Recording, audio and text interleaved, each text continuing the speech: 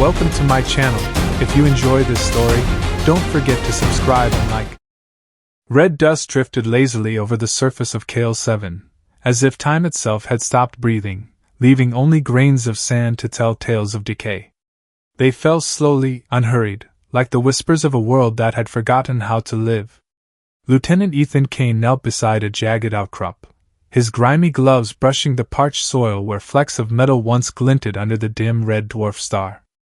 3 months ago, satellite data had detected faint underground streams, hidden deep beneath the planet's crust, where life clung stubbornly like the last gasp of a dying soul.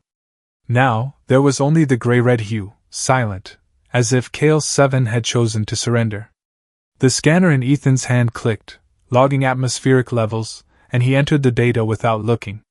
Those numbers, low oxygen, rising fine particulates, fluctuating temperatures, had become part of him, a second heartbeat, cold and lifeless.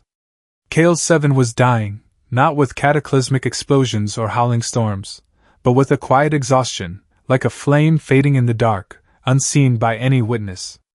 The research outposts behind him flickered faintly in the night, its solar panels rooted in the ground, drinking meager light from the planet's red dwarf star, a sickly sun, glowing red like dried blood. No human settled here permanently.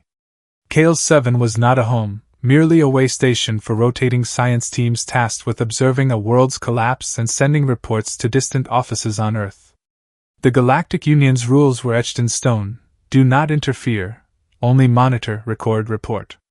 Ethan had followed them for 3 long months, each day carving into his soul like a dull blade. He no longer measured time in hours or days, but in the moments he stared across the red dust fields, wondering if he, too, was dying alongside this planet. He sat, back against the outcrop, his breath forming thin wisps in the frigid air. His suit rustled, the fabric scraping his skin as if to remind him he was still alive, if only barely. In his pocket, he carried an old photo, its edges worn, of his sister Lydia, smiling brightly by an Eastside beach. He didn't dare look at it anymore, didn't dare recall those final days in the hospital, the machines screaming, and him standing frozen, too late to act. KL7 was his penance, a place to atone through solitude, through pointless reports about a planet no one cared for. He closed his eyes, letting the cold seep through his suit, letting red dust cling to his hair, his eyelids. Perhaps, he thought, if he sat here long enough, he'd dissolve into the soil, become part of KL7, free of pain, free of memory. Then a sound shattered his thoughts. A faint, sharp beat from the sensor, like glass breaking in silence. Ethan's eyes snapped open, heart pounding.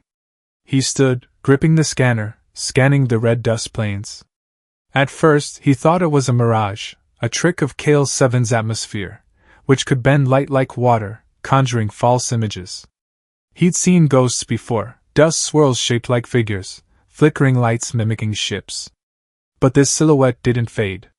It moved, slow and resolute, a tall, slender form advancing toward the outpost, cutting through the red dust like a silent proclamation. Ethan lowered the scanner, his breath steadying, not from fear, but from an eerie sense, as if he were witnessing something that shouldn't exist.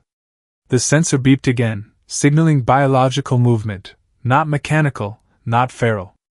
A living being, and it was drawing near. He stepped toward the perimeter fence, his boots sinking into the fine dust, each step heavy as if dragging the planet with him. The outpost lights caught the figure, revealing features not of Earth, a lithe frame draped in a tattered cloak, once white, now stained red by dust and time. Its skin shimmered pale blue, smooth like glass worn by sand. In its arms, it cradled a small bundle, wrapped in gray cloth, still, like a secret it refused to unveil. Ethan paused, hand brushing the comms device at his belt, but he didn't press it.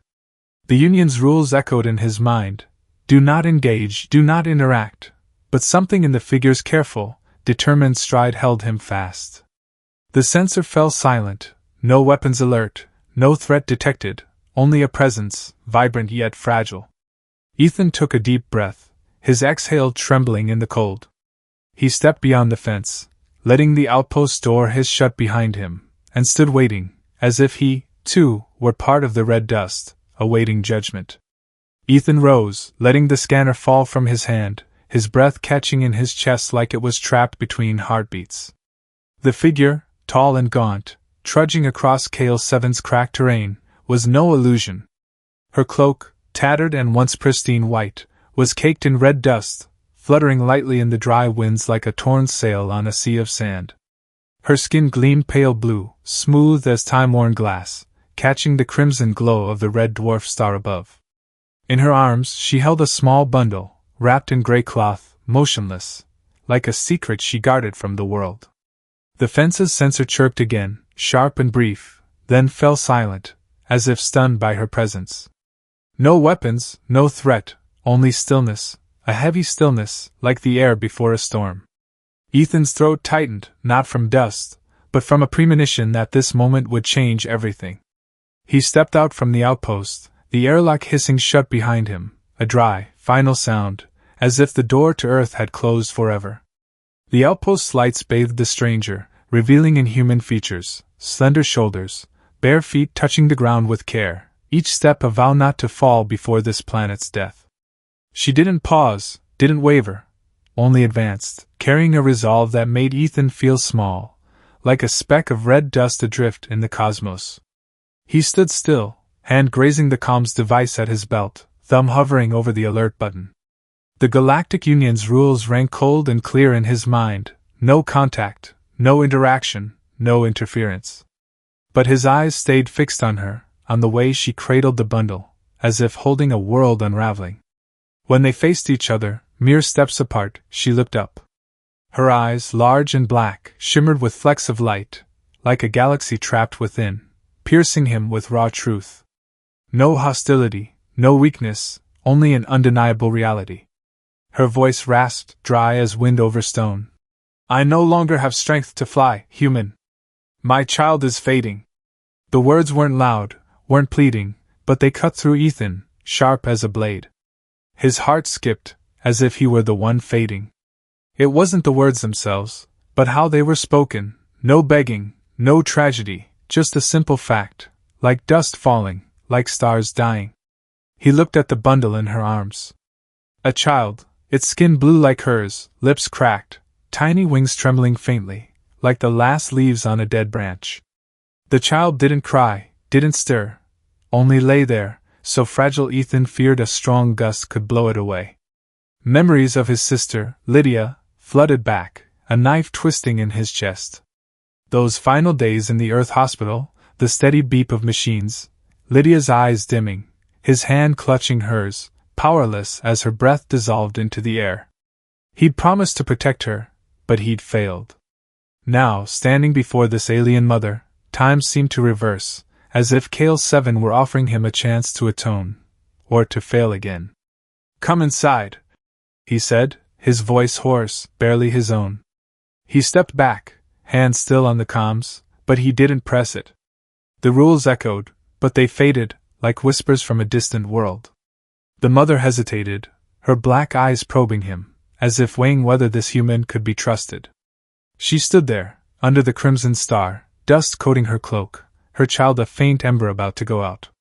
Ethan felt the air between them grow heavy, as if the planet itself awaited her choice. Then, slowly, she stepped forward, each barefoot step on the red soil a silent drumbeat echoing in Ethan's chest. She passed him, carrying the scent of dust and something else, the scent of life, frail but defiant. He sealed the outpost door behind her, the airlock hissing, and in that moment he knew he'd crossed a line. There was no turning back. The mother and child were his responsibility now, and KL7, with its red dust and cold stars, was watching. Inside the outpost, the lights adjusted automatically, shifting from dim yellow to stark white, as if the space were trying to banish KL7's darkness. The airlock's hiss faded, sharp and final, severing them from the red dust plains outside.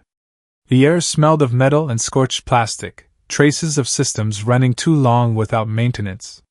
The mother stood in the center of the room, blinking slowly, the light accentuating her sharp features, high cheekbones, thin cracked lips, and eyes black as the void, deep as the universe itself. She stood rigid yet trembling, like a shard of glass, beautiful but poised to shatter at a touch. Ethan watched her, not with suspicion, but with an odd recognition, as if he saw himself in her. Those days he stood frozen in the hospital, awaiting the inevitable. He moved to a storage crate in the corner, his boots leaving red dust trails on the metal floor. He opened it, the rusty hinges creaking dryly, and pulled out a thermal blanket, thin but warm, and a sealed water pouch, its surface glinting under the lights. He offered both to her, silent, meeting her eyes, searching for a sign, trust, despair, anything to tell him he was doing right. She took the water, her gaunt hand nails gleaming blue like her skin, trembling as it brushed his. But she didn't drink. Instead, she sank to the floor, cradling the child in her lap, and tilted the pouch, letting drops fall onto its cracked lips. The child swallowed faintly, a motion as delicate as a candle's flicker in the wind. Then it stilled, its tiny wings, sheer as silk, no longer trembling. Ethan's heart clenched, as if he were losing something of his own. "How long?" he asked, voice low, almost afraid his words would break the moment's fragility. She murmured something in her language, soft as dry leaves on the ground, a mournful melody without self-pity. Then she looked up, her eyes locking onto his. 6 cycles, she said, in a tongue he understood, her voice dry but firm. "It no longer has strength to cry." Ethan swallowed, his throat raw as if scraped by red sand. 6 cycles, he didn't know how long that was in Earth time, but he knew the cost of her journey. He'd read reports of distant Kale's 7 villages, now rubble, buried by red dust. She must have walked hundreds of kilometers, through skin-cutting cold, carrying a fading child, never stopping to rest. He studied her, trying to fathom what strength kept her upright, and realized it was the same stubbornness that kept him alive after Lydia's death, a refusal to let the universe win. "What's its name?" he asked softer, as if the name might weigh the child down. She leaned down, lips brushing the child's forehead, a gesture so tender Ethan felt he was intruding on something sacred. "Liar," she replied, the name a lone note echoing in the quiet. Ethan knelt beside her, opening the medkit, its lid clacking sharply. He wasn't a doctor, just an environmental engineer trained to read atmospheric data, not save lives. But he knew death's face, eyes dimming, breath slowing, the final silence. He took the scanner, an old device that whirred faintly as it powered up. A green light swept over Liar's body, numbers flashing on the screen, slow pulse, severe dehydration, acute malnutrition. Ethan stared at the data, feeling as if he were reading his own obituary. "We can try," he said, almost a whisper, unsure if he spoke to her or himself. "Not much, but enough to start." The mother, her name was Vera, he learned as she repeated it in a voice like wind, nodded, her eyes never leaving him. In her gaze Ethan saw not just hope, but an acceptance, as if she'd braced for the worst. He stood, gripping the scanner, the weight of responsibility heavy as red dust on his skin. He'd opened the door for her, and now, he had to honor the promise he'd never spoken. Ethan worked swiftly but carefully, each motion a thread between life and death. He dragged a small metal table closer, its surface scarred from hasty repairs during his 3 solitary months on Kale 7. The outpost's cold white lights illuminated his hands, highlighting calluses and red dust caked under his nails. He took a nutrient bar from the crate, its plastic wrapper crackling as he snapped it in half. This dry ration, designed to sustain humans on distant expeditions, was now the only hope for an alien child. He placed the bar in a handheld grinder, the old device whining as it spun, reducing it to fine powder that shimmered like sand in the light. He poured the powder into a metal cup, mixing it with distilled water from a purifier, each drop falling with the slow rhythm of a heartbeat. A pinch of saline from the medkit blended in, creating a solution not quite milk, but perhaps a lifeline for Liar. Ethan filtered the mixture through a micro-lattice, a tool he'd used to test Kale 7's groundwater. The lattice hummed softly, trapping debris, leaving a clear liquid that sparkled like the red dwarf's light through dust. He poured it into a dropper, testing the temperature with his fingertip, warm, like the breath of the living. He glanced at Vera, seated on the floor, the thermal blanket draped over her and Liar. Her hands gripped the blanket's edge, blue fingers trembling, not from cold, but from the heavy weight, as if she stood at an abyss. Her black, gleaming eyes stayed on Ethan, not judging, but seeking a spark of hope, a sign he wouldn't give up. "May I?" Ethan asked, his voice soft, nearly swallowed by the hum of the ventilation system. Vera nodded slowly, each movement a painful choice. She lifted Lyre, handing him to Ethan, gentle yet resolute, as if entrusting her entire world. Ethan held Lyre, feeling the child's feather-light weight, as if he might vanish if gripped too tightly. Lyre's tiny wings, sheer as silk, trembled under the gray cloth, each faint motion a silent plea. Ethan sat cradling Lyre in his lap, his hand shaking as he brought the dropper near. He let a drop fall on the child's cracked lips. No response. A second drop rolled slowly across the blue skin, like water on stone. A faint swallow, so slight Ethan almost thought he'd imagined it. He gave a third drop, heart pounding, and this time, Lyre stirred, his chest rising more clearly, like a small flame rekindled. Vera gasped, a sharp sound, as if reclaiming breath stolen 6 cycles ago. Ethan looked up, meeting her eyes, now brimming with tears, not loud or breaking, but silently streaming down her cheeks, dissolving into the red dust on her skin. "I thought he would leave me," she whispered, her voice trembling but unbroken, like a taut string. "I was ready to lose him." Her words pierced Ethan, summoning Lydia's image, her small hands slipping from his in the hospital, her eyes fading like a dying star. He couldn't save his sister, but here, in this cold room, he'd pulled Lyre back from the edge. He returned the child to Vera's arms, gentle as if passing a flame, fearing a careless move might snuff it out. They said no more? Vera held Lyre, pulling the blanket tight, hiding his tiny wings, like a secret kept between her and the dark.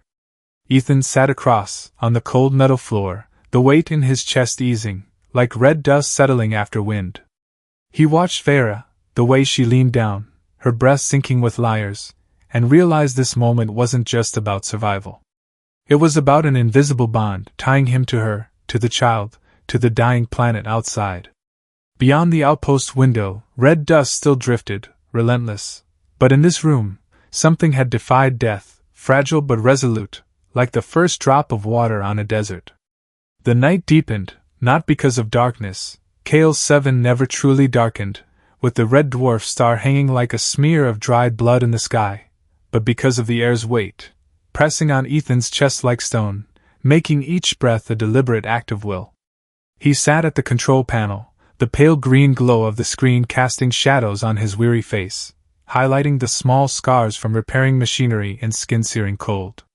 His eyes locked on the numbers and graphs, but his mind churned elsewhere, wrestling with the consequences of his choice. He'd broken Galactic Union protocol, not just by opening the door for Vera and Lyre, but by letting them into his world, into a responsibility he wasn't trained to bear. He could lose everything: his lieutenant rank, his reputation as an environmental engineer, his freedom. Perhaps a court-martial, a prison ship back to Earth, or worse, exiled to another dead planet. But each time he glanced at Vera, seated on the floor with Lyre in her lap, he knew he couldn't have chosen otherwise.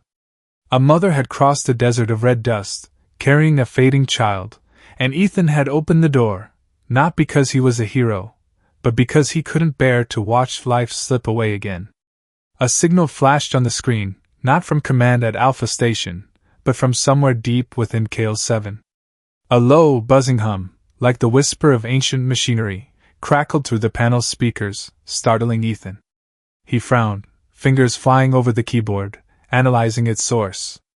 The signal bore no human code, matching no frequency in the Union's database. It grew stronger, rhythmic, like the heartbeat of something awakening beneath the red dust and shattered stone. Ethan activated the scanner, its whine piercing as it powered up, green light sweeping the outpost's interior, but it returned only vague data, an unidentified energy source, a few kilometers away, closing in. A chill ran down his spine, not from the outpost's cold, but from a gut sense that this wasn't mere machinery, but something alive, or once alive. Vera, seated a few steps away, looked up. She clutched Liar tighter, his tiny wings trembling under the thermal blanket. "You hear it?"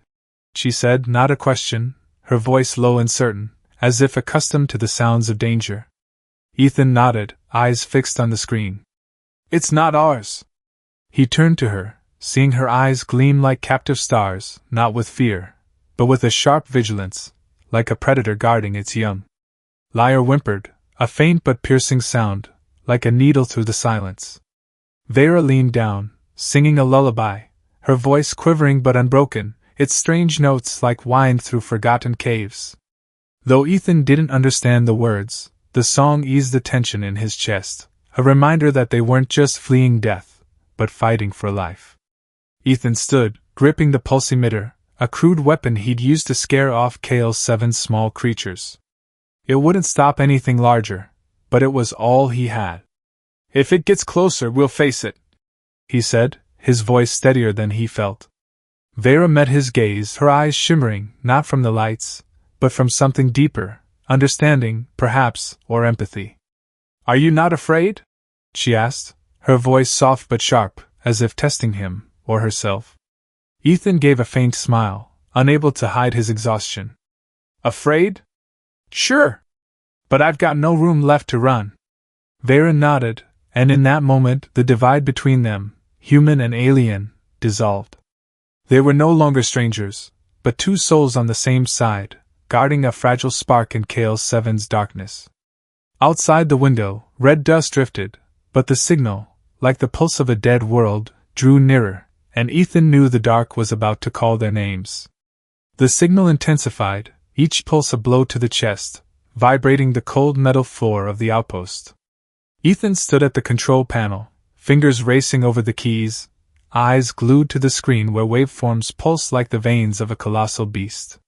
The outpost's defenses appeared, pitifully inadequate, a few pulse emitters, enough to deter small creatures, and a flickering energy shield, wavering like a dying lamp.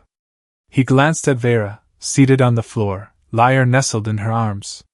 "If I opened the door, I could lead it away," he said, voice low but firm, though he knew the plan was as fragile as the red dust outside.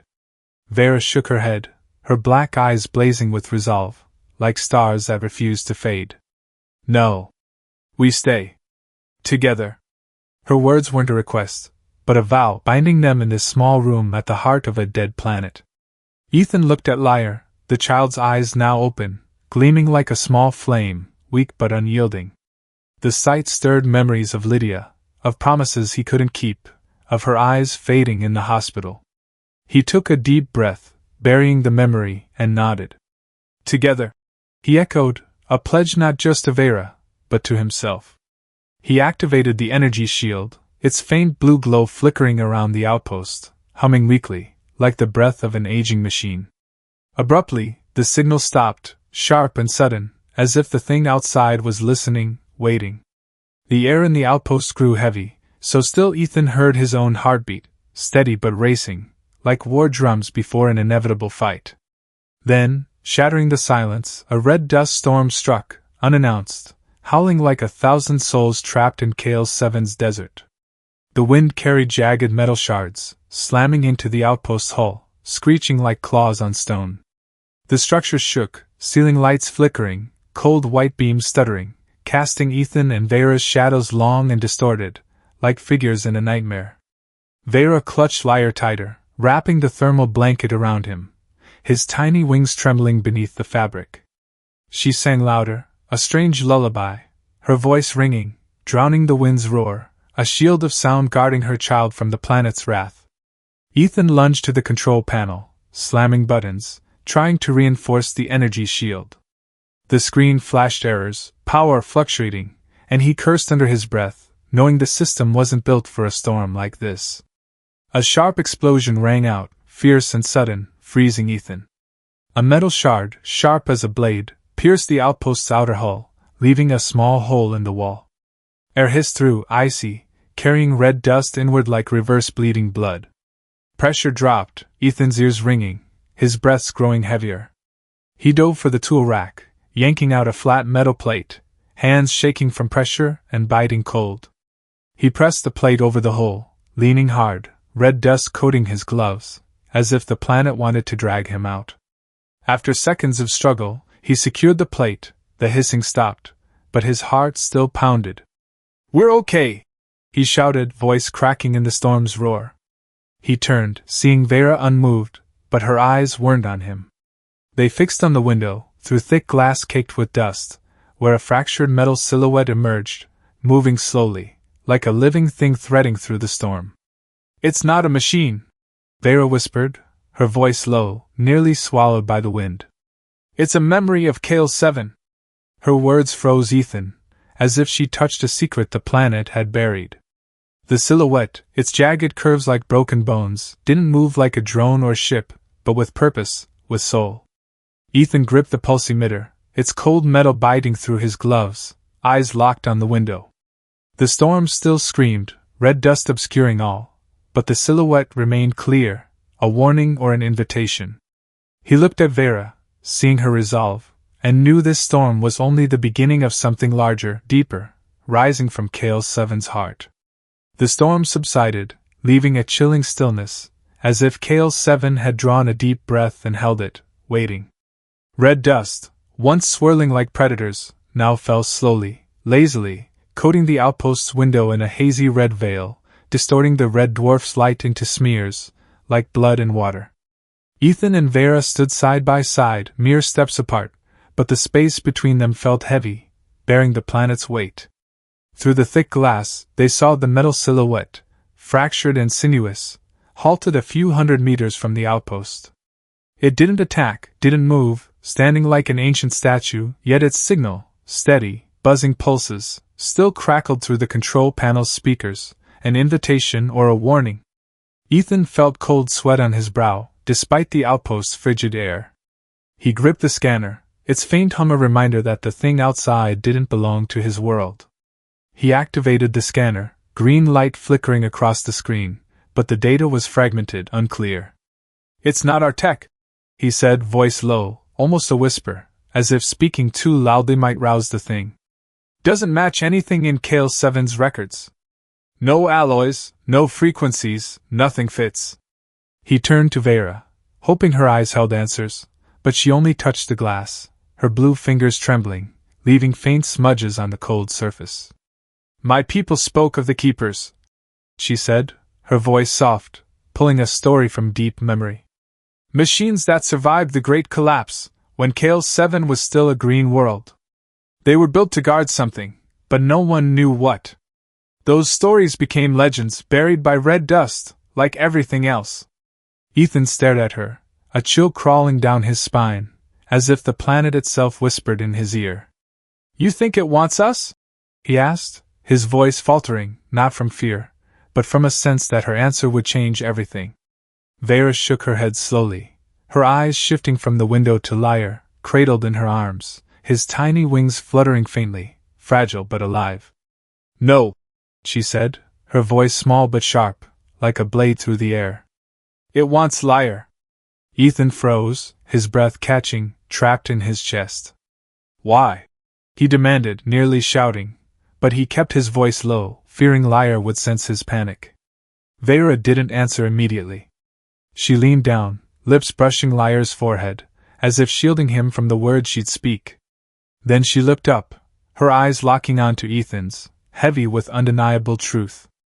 "Because he's the last to carry the blood of their creators," she said, her voice trembling but unbroken, like a string stretched to its limit.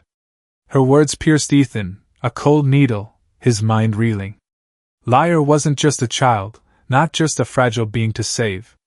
He was a descendant of an ancient civilization, one that built machines like the silhouette outside, that once made Kale 7 a thriving world before its fall. The metal floor seemed to tilt beneath Ethan, as if the planet itself shifted to face him. He thought he was saving a child, doing the right thing in a moment of weakness. But now, he faced the planet's legacy, a secret buried under red dust, and Lyre, the boy with wings thin as silk, was its key. He looked out the window, where the metal silhouette stood, unmoving, but its signal grew stronger, a wordless song calling Lyre's name. Ethan gripped the scanner, hands shaking, not from cold, but from realizing that opening the door for Vera had drawn him into something vast, deep, and far more dangerous than he'd imagined. Vera clutched Liar tighter, singing softly, her voice a fragile shield against the dark. Ethan stood in the cold room, feeling the red dust outside wasn't just earth, but memory, the whispers of a world reclaiming what was its own. Ethan stood at the control panel, the screen's pale green glow bathing his face, but his eyes no longer saw the lifeless numbers. The machine's signal, those buzzing pulses like a dead world's heartbeat, echoed in his mind, a warning he couldn't ignore. He knew they couldn't stay in the outpost. If the machine wanted Liar, if it was truly a keeper as Vera said, the outpost's thin metal walls wouldn't protect them. They had to move, find shelter before the silhouette found them. He turned to Vera, seated with Liar, her hands gently stroking his tiny wings, as if passing him her last strength. "We have to go," he said, voice low but resolute. Vera looked up, her black eyes shimmering, not with fear, but with acceptance that flight was their only path. He gathered gears swiftly, each motion precise, like an engineer facing a machine about to explode. The pulse emitter, heavy and cold, went into his bag. A thermal blanket, a few nutrient bars, a sealed water pouch, meager supplies, but enough to sustain life for days. He checked each item, as if they were promises of survival. Vera wrapped Liar in the blanket, carefully hiding his fragile wings, as if concealing a secret the planet hunted. "Where to?" she asked, her voice soft but sharp, like wind over stone. Ethan slung the bag over his shoulder, its weight a reminder of duty. "The Eastern Canyon," he replied. "I saw a cave network my first week here. Clean, hidden, no signals can scan it. If we reach it, we can lose it." Vera nodded, asking no more, as if she'd entrusted her and Liar's fate to him. They left the outpost at dawn, when the red dwarf stained the sky blood-red, making everything look like it smoldered. Red dust clung to Ethan's boots, weighing each step, as if Kale-7 tried to hold him back. Vera walked beside him, silent, her steps light but steadfast, her arms clutching Liar like a living shield. Each time Liar whimpered, she paused, checking him with the care of one who'd lost everything, each step a silent prayer. Ethan glanced at her, seeing her lean down, her breath sinking with Liar's, and felt deep respect. She wasn't just a mother, she was a warrior, and he knew he had to match her strength, for Liar, for himself. Suddenly, the signal returned, closer, sharper, like claws scraping stone.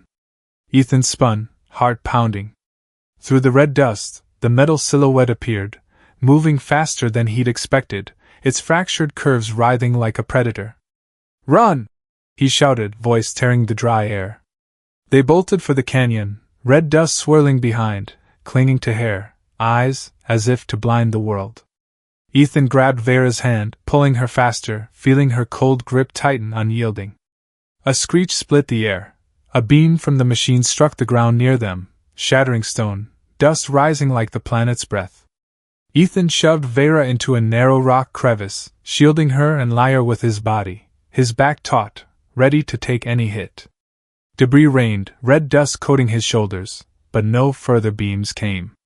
Vera panted, clutching Liar tighter, her eyes gleaming in the crevice's dark. "It doesn't want to kill us," she said, voice trembling but certain, as if she'd seen through the machine's intent. "It's testing us." Ethan gripped the pulse emitter, its cold metal biting his hand, his heart hammering, threatening to break his ribs.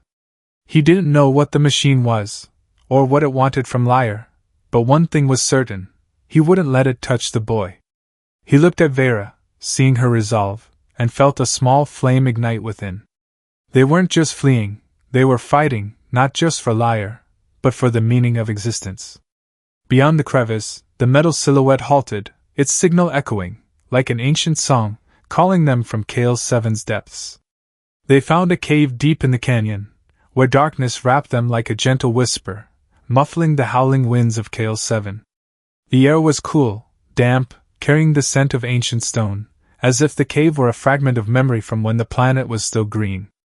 Ethan knelt, setting the gear bag on the rough stone floor, and ignited a heat rod. Its faint light bloomed, pale gold and trembling, illuminating the stone walls etched with strange symbols, sinuous lines, fluid like frozen waves, yet sharp as if carved by will alone. They stretched and intertwined, a poem no one read anymore, telling of a world long vanished. A chill ran through Ethan, not from the cold, but from the sense that they'd stepped into a place not meant for the living. Vera stood by the wall, her blue fingers tracing the symbols, as if touching an old wound. Her eyes gleamed with deep sorrow, like stars trapped in darkness.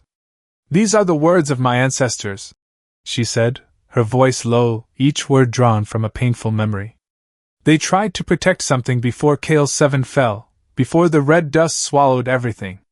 The stories say they hid it, but no one knows where." Ethan watched her, noting the way she stood, back straight but shoulders trembling, as if bearing the weight of a vanished people. He sat beside Liar, placing a hand on the boy's forehead, checking his breath. The child was weak, but alive, his chest rising slowly, his gossamer wings stirring faintly under the thermal blanket, like leaves quivering before a breeze. Ethan exhaled, but the relief was fragile, a small flame in a storm. He handed Vera a water pouch, his fingers brushing hers, cold yet soft. "Drink," he said, his voice gentle, almost afraid to disturb the cave's stillness. This time, she took it, sipping slowly, each small swallow a step toward trust, not just in the water, but in him. Ethan sat across, back against the stone wall, the cold seeping through his suit. "Why didn't you tell me about Liar before?" he asked, his tone free of blame, only curiosity, and a touch of hurt. "That he's a descendant of the ones who made the machine?" Vera looked down, her hands tightening on the blanket around Liar, as if shielding him from her own words.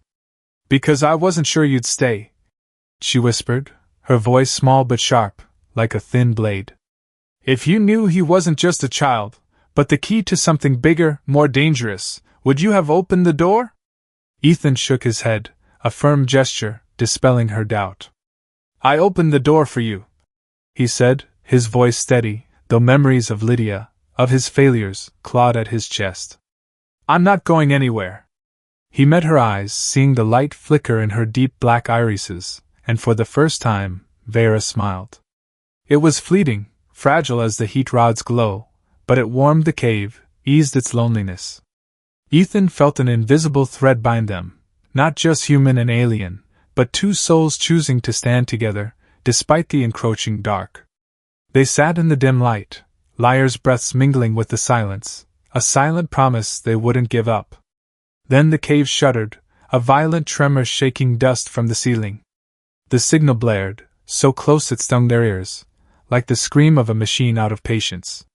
Ethan sprang up, gripping the pulsimeter, its cold metal biting his palm.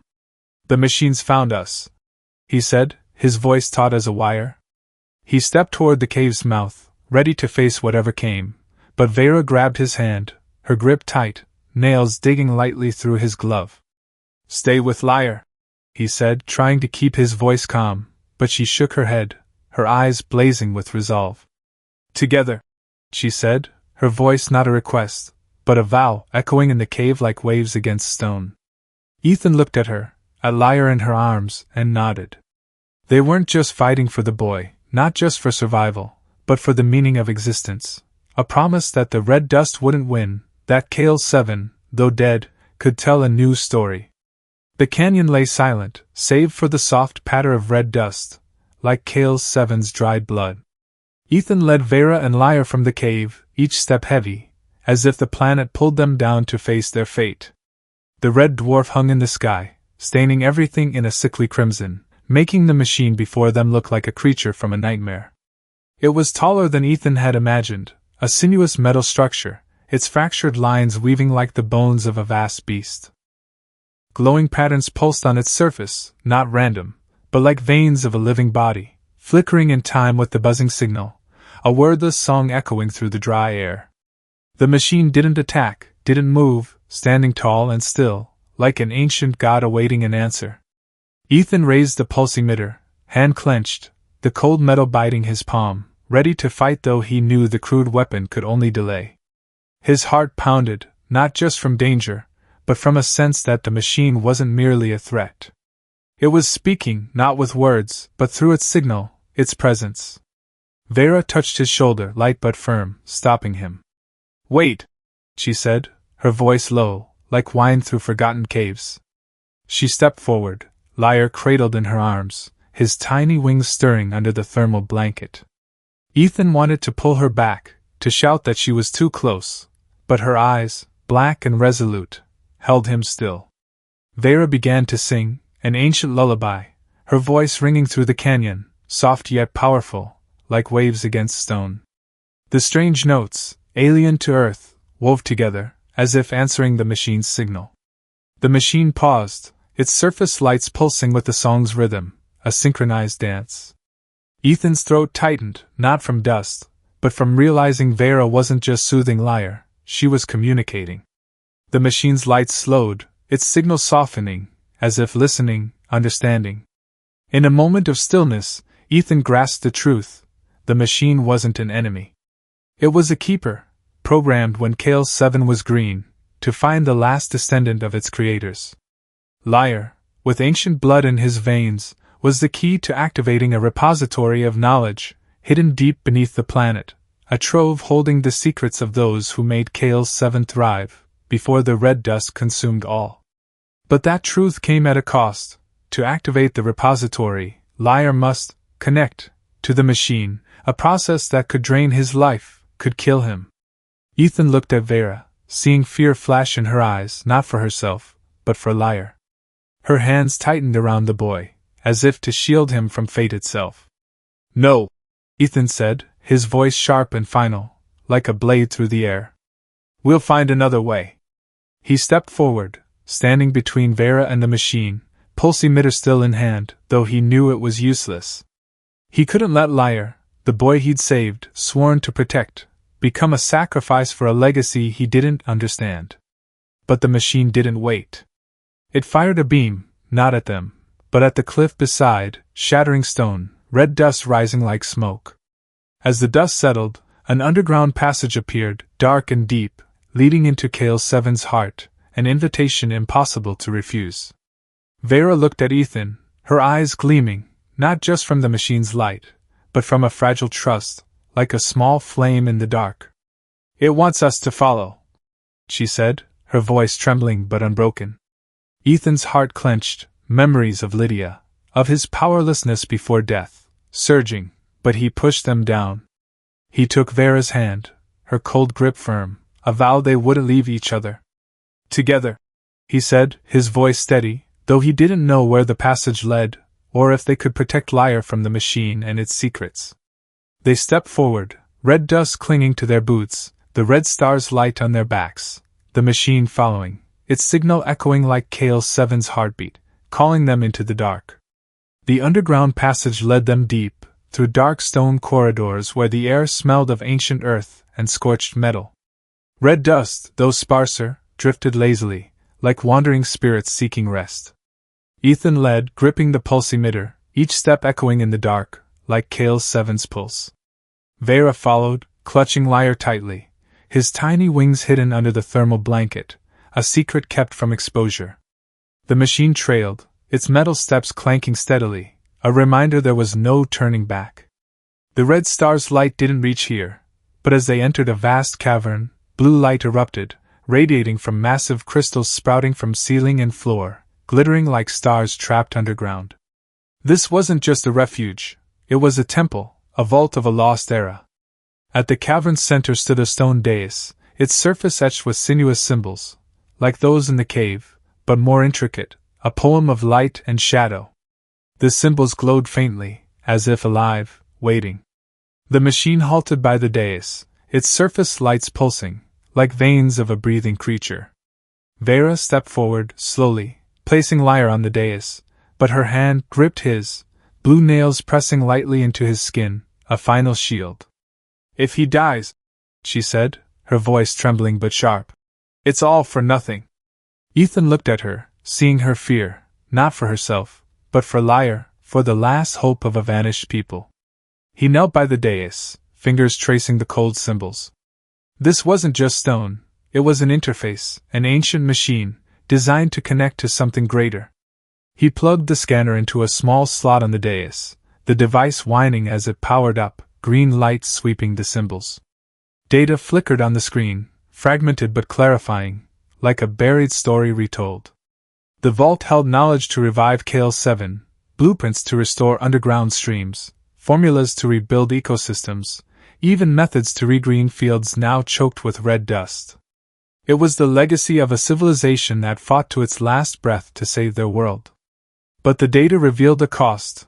Activating the vault required Lyre's bioenergy. His ancient blood was the only key to unlock the system. The process could drain his life, could kill him. Ethan shook his head, a firm gesture, rejecting the thought. "We're not sacrificing the boy," he said, his voice ringing in the cavern, a vow. Then the machine shuddered, its lights blazing, and a voice spoke, not the buzz of machinery, but deep, resonant, like an echo from a forgotten age. "I am the archivist," it said in Vera's tongue, yet Ethan understood, as if the words pierced his mind. "I was created to guard Kale 7's knowledge, to await the keys." Ethan froze, hand tightening on the scanner, as if it could shield him from the coming truth. The archivist continued, its voice emotionless but heavy, like stone on his chest. "Not only the last descendant," it said, its light shifting to Ethan, "but the one who has adapted. Your DNA, human, has mingled with Kale 7's red dust through exposure. You are the second key." Ethan's mind reeled, the stone floor seeming to crumble beneath him. He hadn't just saved Lyre, he'd become part of this planet, this secret, without knowing. The red dust, which he'd cursed, had changed him, made him a piece of Kale 7's puzzle. He looked at Vera, seeing her clutch Lyre tighter, her eyes shimmering with fear, but also trust. "We won't let it take the boy," he said, his voice trembling but unbroken. "Or me." But the archivist didn't reply. It fired a beam at the wall behind, shattering stone, revealing a deeper, darker corridor, a final invitation. Vera looked at Ethan, her hand still holding Lyre's. "It wants us to go on," she said. Ethan took her hand, feeling its cold, steadfast grip. "Together," he said, though he didn't know if he could protect Lyre or himself from the fate waiting in the dark. The cavern was silent, save for the machine's hum and Lyre's faint breaths. Blue light from the giant crystals bathed the stone dais, making the ancient symbols shimmer, like stars fallen to Kale 7's heart. Ethan stood before the dais, eyes locked on Vera and Lyre, the boy smiling weakly, his tiny wings fluttering, like leaves trembling in a breeze. That smile, fragile yet vibrant, pierced Ethan's heart, summoning images of Lydia, her final days in the hospital, her eyes fading as he stood powerless to hold her. He'd failed once, but here, underground, he had a chance to atone, not just for Lydia, but for Vera, for Lyre, for the dying planet itself. "I'll do it," he said, his voice firm, though his heart pounded, threatening to break his ribs. Vera stepped forward, her black eyes brimming with tears, her hand gripping his, cold and trembling. "You don't have to," she began, her voice choking, as if trying to pull him from an abyss. "I want to," Ethan cut in, his voice soft but final, a vow he couldn't retract. He looked at her, seeing fear, trust, and a deep bond they'd never named. He smiled, a small flame in the dark, and stepped onto the dais. The machine, the archivist, shuddered, its lights blazing, like veins of a vast creature. Ethan connected to the interface, thin tendrils from the dais latching onto his skin, cold as needle pricks. Pain hit instantly, like fire in his blood, spreading from chest to limbs. He clenched his teeth, eyes fixed on Vera and Lyre, their image the only tether keeping him from dissolving. The archivist activated the vault. A flood of blue light filled the cavern, so bright Ethan shut his eyes, yet he felt its power, a song of life, resonating through stone and dust. Beneath them, Kale 7 trembled, not in anger, but like a giant awakening. Data from the vault streamed, channeled through the machine, activating long-dormant, underground systems. Water began to flow, trickling then rushing, from deep stone fissures. Outside, through the cavern's cracks, red dust settled, giving way to small, stubborn sprouts piercing the dead soil. Ethan felt that life, though his body weakened, like a candle burning its last wax. But he wasn't afraid, he'd chosen this. Then, abruptly, the pain eased. The archivist, with its ancient wisdom, seemed to sense Ethan's will, not just to save Liar, but to save a world. It adjusted the process, drawing only part of his bioenergy, enough to activate the vault without killing him. The blue light faded, leaving the cavern in the crystal's dim glow. Ethan collapsed, breaths heavy, body frail as if he'd run across a desert. Vera rushed to him, catching him, her trembling but strong hands pulling him close. "You're alive!" she whispered, tears streaming, dissolving into the red dust on her cheeks. Liar, now stronger, sat up on the dais, his tiny wings beating harder, and he laughed, a clear, ringing sound, echoing in the cavern, a song of life banishing Kale 7's dark. They stepped outside, the red dwarf still hanging in the sky, but no longer a herald of death.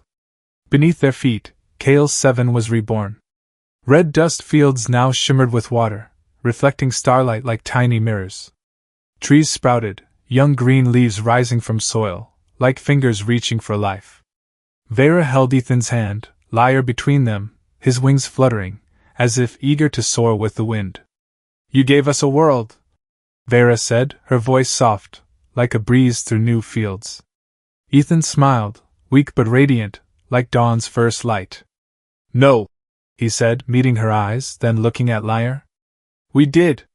Under the red star, 3 silhouettes stood in the new field, red dust now living earth, each step sowing seeds for a future. In Ethan's heart, an unquenchable flame burned, not just compassion, but faith that, no matter how harsh the universe, life would always find a way to rise. Kale 7, planet of dust and shadow, was now their home, and their story would echo, like starlight, forever.